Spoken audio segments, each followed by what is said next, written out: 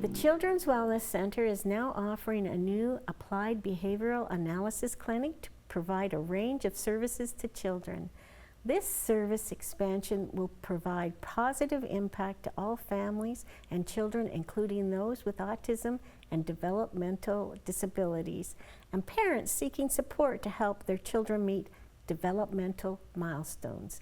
Joining me today is Megan Smith, Clinical Director and co-founder of the Children's Wellness Center. Welcome, Megan. Thank you so much for having me. I'm excited to be here. Children's Wellness Center, brand new. Tell me a little bit about that. Yes, so we are a new applied behavior analysis service provider in Kingston.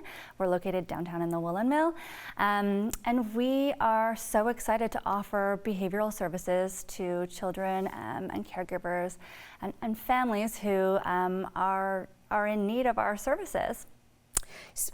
You mentioned applied behavioral analysis. Tell me a little bit more about that.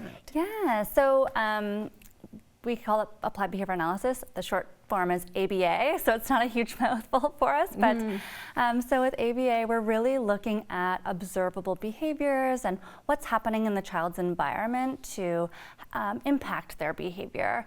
And so we really rely on this science. It's empirically based. There's a huge evidence base behind its efficacy to work with children who are neurodiverse and children who are neurotypical. Tell me why you felt that this center was important to our community. Well, we opened Children's Wellness Center as a caregiver-mediated kind of consultative model back in October of 2022. And so we were helping caregivers with various needs for their children in the areas of selective eating or picky eating, and toileting skills, like teaching toileting skills like bowel movements on the toilet and fear of toilet, reducing that, and just starting the toilet training process, as well as sleep and building communication skills. And so we were working directly in their homes, helping parents to build their skills with their children. And so over the last couple of years, we started to get an increase in calls from families and submissions on our website asking us if we offered one-to-one behavior service, because what we found out was, and what we noticed through our colleagues in the surrounding areas, is that families are waiting on wait lists for this type of kind of in-person one-to-one service with their children. So now that you're open, now that you have bricks and mortar, can people just walk in? Because sometimes they don't have doctors, but they do have a question. Yeah, so I mean, people are always welcome to come and visit us and see the space, absolutely. Because of the nature of our services, we do have lots of children in there. So what we recommend is just giving us a quick phone call. Our information is on our website, or if you're up at night because your child's not sleeping, or you're just wondering about whether or not your child is meeting certain development milestones, or if they need some help in communication or emotional regulation, or really any kind of those domains, you can always just submit a contact form on our website, and we'll call you within 2 days. And we're open to having a conversation about how we might be able to help and if it's a good fit for the family and the child. So you had mentioned that you'd seen an increase in the need for your services. People can come and talk to you if they don't have doctors and they have a concern, but how else are people referred to you? Yeah, so we are registered providers on the Ontario Autism program, within the Ontario Autism program. And so we do get a number of families of children with autism who call us once they've received their funding to access ABA, or Applied Behavior Analysis services. So that's one way. We do get referrals from family doctors, but people can just self-refer. They don't need necessarily a referral to access our services, or to give us a call and have a free call with us to see if we can help, or if the issues that they may be facing with their children are kind of worth working on with our services. Is there a timeline on beginning to end when you accept a child and hoping that they make it through those stages. How does that work? So in terms of somebody contacting us and saying, hey, you know, my child is missing some developmental milestones, I'd really like some help. If they give us a call or they submit some information on our website, we call them within 2 days.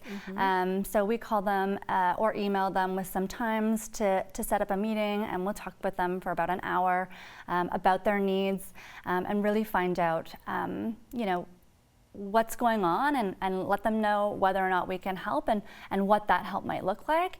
It really depends on the timeline for the family as well as us. Currently, we don't have a wait list, so the turnaround is pretty quickly. We can typically get a child in within a number of weeks and getting them the service that they need. How do you know you have been successful with the families that come through the door? That's a really great question. So within the field of ABA, as registered behavior analysts, we're really dedicated to tracking progress. We're very thorough in tracking progress. So we collect data, we collect family reports, we ask them to report on whether or not the child's skills are increasing at home, or we will track that ourselves through community visits or, you know, tracking data wherever the skills are kind of occurring.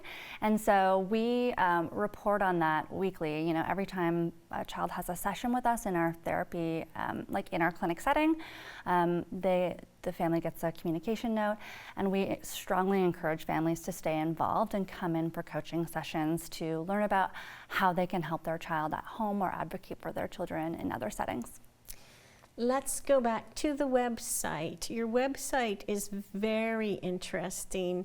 There is a lot of support on your website, and let's just talk a little bit about that type of support. There's breakdowns all the way along. Thank you. Yeah, I'm glad you found it kind of supportive. That's certainly what we go for. I mean, the values that my business partner Kelly and I have are really based on compassionate and supportive care for families. We really try to be as supportive, not just to the individual. I mean, individualized service is #1 priority to us for the children that we see, but we understand that each family and caregiver setup is unique.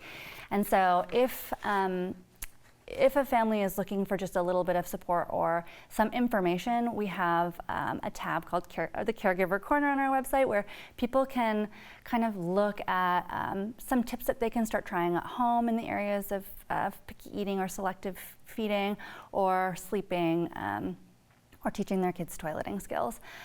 So we want to be very accessible and supportive to our community because it's really important to us. We love the Kingston and surrounding areas. We've lived here for years, and it's really important to us to be supportive of our community members, especially with the autistic population, neurodivergent population, as well as neurotypical population.